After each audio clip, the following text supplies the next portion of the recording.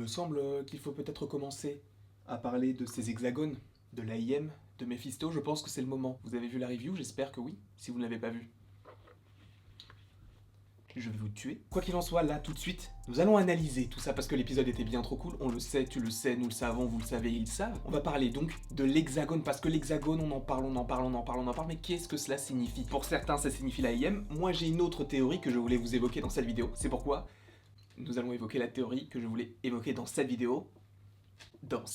Sachez que là, vous allez peut-être être plus spammé que d'habitude en rapport avec les vidéos parce que dimanche, j'ai vraiment envie qu'il y ait qu'une seule vidéo et aujourd'hui, normalement, il y a minimum 3 vidéos. Demain, c'est la même chose et j'ai bien dit minimum. En tout cas, je vais vous dire pourquoi est-ce que je ne crois pas à la théorie de l'AIM, je vais vous dire pourquoi est-ce que je crois plus à Mephisto, même si ce n'est pas forcément lié à l'hexagone puisque je me suis quand même renseigné sur le sujet.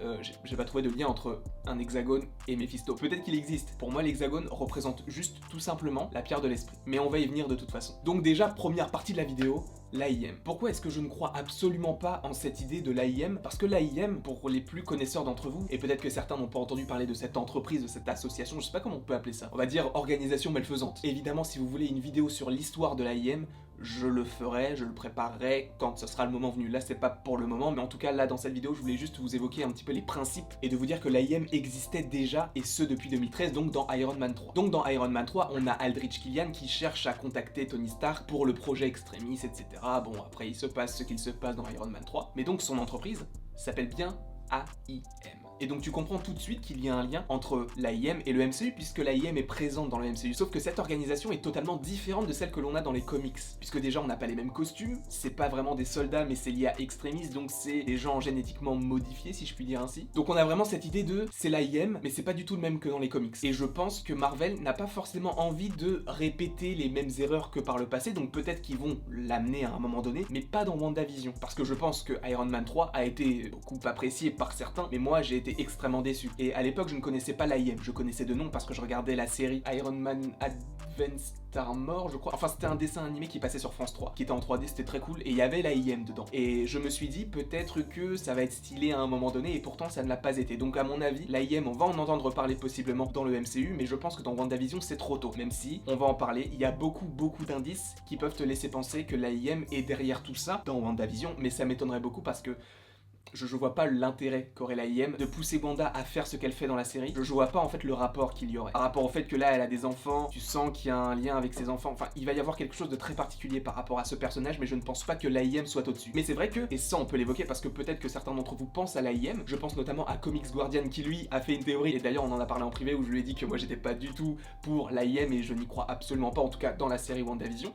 Et donc je vous renvoie évidemment à sa vidéo. Mais je fais du coup cette vidéo pour les personnes qui peuvent imaginer aussi cette théorie. C'est pour ça que moi je n'y crois pas, mais je l'évoque quand même. Donc en fait, il y a plusieurs idées qui mènent à l'AIM, mais de toute façon, actuellement, nous ne sommes qu'à l'épisode 4, donc on a vraiment le temps de voir venir cette organisation si jamais elle arrive. Enfin, pas arrive, mais revient plutôt, puisque comme je vous l'ai dit, on l'a vu pour la première fois dans Iron Man 3. Quoi qu'il en soit, il y a deux éléments majeurs qui pouvaient faire en sorte que l'on ait un lien avec l'AIM. C'était tout d'abord dans l'épisode 2, à la fin, avec l'apiculteur. Alors ce n'est pas réellement un apiculteur, et de toute façon, on l'a d'autant plus vu dans l'épisode 4, et on en avait parlé dans 100% Marvel. Je précise que c'était Mathéo qui avait eu l'idée, c'était une idée trop stylée qui est au final vérifiée et véritable. Ce qui fait qu'en fait, de base, ce n'est pas un apiculteur, mais c'est bien quelqu'un qui a une combinaison entre guillemets anti-radiation. Ce qui fait que ce qui est envoyé de l'extérieur vers l'intérieur de la bulle de Wanda est entre guillemets pas inoffensif, mais je dirais qu'il s'adapte à l'environnement dans lequel il vit. Et en fait, si on a cette personne avec cette combinaison qui rentre dans la bulle de Wanda, avec cette combinaison, et qu'il passe du coup de quelqu'un qui a une combinaison anti-radiation à un apiculteur, et on voit qu'il y a des abeilles autour de lui au moment de l'épisode 2, là tu peux te dire, ok, il y a un lien. Pourquoi? Parce qu'en fait, l'AIM dans les comics ont souvent été liés entre guillemets aux abeilles, à la ruche. Et en plus, la combinaison de l'apiculteur fait beaucoup penser à une combinaison de quelqu'un qui travaille chez l'AIM, parce qu'ils ont une sorte de combinaison jaune un petit peu, ça n'a aucun rapport, mais quand même un petit peu comme les personnages dans Monstres et compagnie, vous savez, ceux qui sont entre guillemets de la sécurité. Et ben en fait pour moi ça c'est l'AIM.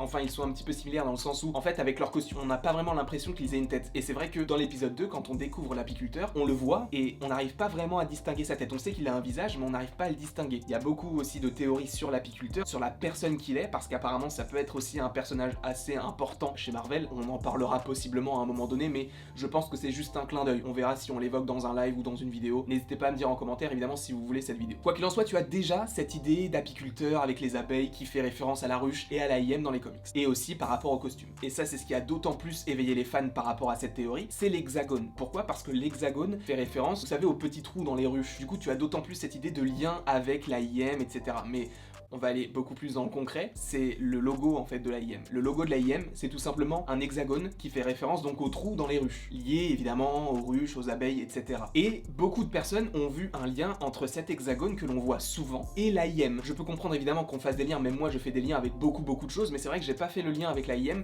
parce que selon moi c'est pas ce vers quoi se dirige la série. Je pense qu'on se dirige plus vers Mephisto. Mais évidemment, c'est possiblement l'AIM, je ne dis pas que ce n'est pas le cas, mais je dis juste que moi je n'y crois pas. En plus, je vous pose une question entre guillemets toute bête, mais qu'on a déjà posée au début de la vidéo. Pourquoi est-ce que l'AIM ferait ça? Quand tu penses que la présence de Mephisto au-dessus de Wanda est d'autant plus logique, puisqu'il a besoin des enfants de Wanda, et tu sens que Wanda, elle fait pas ses enfants consciemment. Elle est poussée par quelqu'un genre Agnès quoi?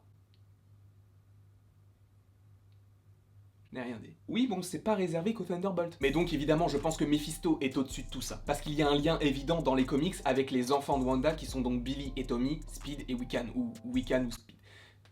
De toute façon, c'est leur nom, enfin, on s'en fout, enfin, voilà, c'est les bébés. Donc l'AIM, personnellement, je n'y crois pas. Je sais que ça peut évoquer certaines théories, et évidemment, je respecte votre choix d'imaginer cette théorie ou d'y croire, vous faites ce que vous voulez, évidemment. Et par rapport, du coup, à cet hexagone, pour moi, ça ne fait pas forcément référence à l'idée que l'on a de l'AIM et du logo de l'AIM. Pour moi, en fait, l'hexagone fait référence à la pierre de l'esprit qui est sur le front de Vision. Alors vous allez me dire, oui, mais du coup, la pierre de l'esprit, c'est pas un hexagone. Eh ben si, en fait, c'est un hexagone, en tout cas sur le front de Vision. Oui, les pierres de l'infini n'ont pas réellement de forme parce qu'on sait que la pierre par exemple de l'espace est un petit peu plus ronde, on sait que la pierre de la réalité c'est une sorte de liquide, donc on est vraiment sur des idées un petit peu différentes sur chacune des pierres. Donc on peut pas vraiment savoir de quelle forme est la pierre de l'esprit sachant qu'on ne l'a pas vue en gros plan.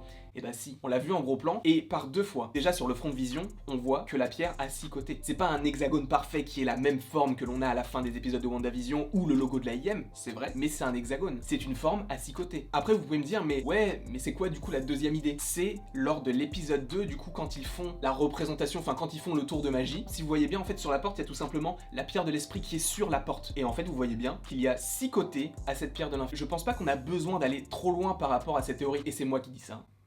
C'est moi qui dis ça, alors que je fais des théories ultra cheloues, mais qui peuvent être vraies. Mais je pense que le fait qu'il y ait l'hexagone, ça peut faire référence, je ne dis pas que ça fait référence, mais que ça peut faire référence à la pierre de l'esprit et à la forme de la pierre de l'esprit qui a 6 côtés. Après, pourquoi est-ce que c'est pas exactement la même chose à la télé que la forme de la pierre de l'esprit? Je ne sais pas. Mais vous allez voir que ça ne va pas être le cas. Je ne pense pas à l'AIM, vous allez voir que ça va être le cas. Bon, je pense que c'est pas l'AIM. Pour moi, c'est sûr que ce n'est pas l'AIM. Mais c'est vrai que l'hexagone pose une question très importante, ce qui fait que on se demande vraiment à quoi c'est lié. Parce qu'au début, moi, quand je regardais la série et que je voyais l'hexagone, je me suis dit, bon, c'est juste une petite référence et tout. Sauf qu'ils en parlent dans la série. On le voit sur le tableau de Jimmy Woo. Donc cela veut dire que ça a bien une incidence dans la série et pas uniquement chez les téléspectateurs. Donc de toute façon, on aura d'autant plus d'informations dans les 5 prochains épisodes, puisque je vous rappelle, WandaVision est une série à 9 épisodes. Donc on aura d'autant plus d'informations à ce moment-là. Mais pour moi, pour l'instant, ça ne peut faire référence qu'à la pierre de l'esprit. Pourquoi? Je vous renvoie à la vidéo sur la pierre de l'esprit que j'ai faite. En fait, la pierre de l'esprit, c'est la pierre qui est présente sur le front de Vision, mais c'est également la pierre qui a donné les pouvoirs à Wanda. Donc en soi, il y a toujours cette idée de la pierre de l'esprit. Et en plus de ça, dans les différents trailers, on voit Wanda à l'époque où elle n'avait pas encore de pouvoir en face d'une lueur bleue puis d'une lueur jaune. Selon moi, c'est tout simplement l'écrin qui protégeait la pierre de l'esprit qui était bleu, donc sur le sceptre de Loki, qui s'est ouvert pour laisser sortir la pierre de l'esprit pour après donner des pouvoirs à Wanda. Et de toute façon, je pense que l'on va voir cette idée là. Après, est-ce que c'est vraiment lié à l'hexagone? Je ne sais pas, mais en tout cas derrière l'hexagone, il y a vraiment une idée et je ne pense pas que ce soit l'AIM, sachant que ça n'a aucun rapport avec WandaVision. Je ne dis pas qu'ils vont pas revenir, parce que selon moi, le nouveau Shield et le nouveau Hydra, c'est respectivement possiblement le Sword et l'AIM. Donc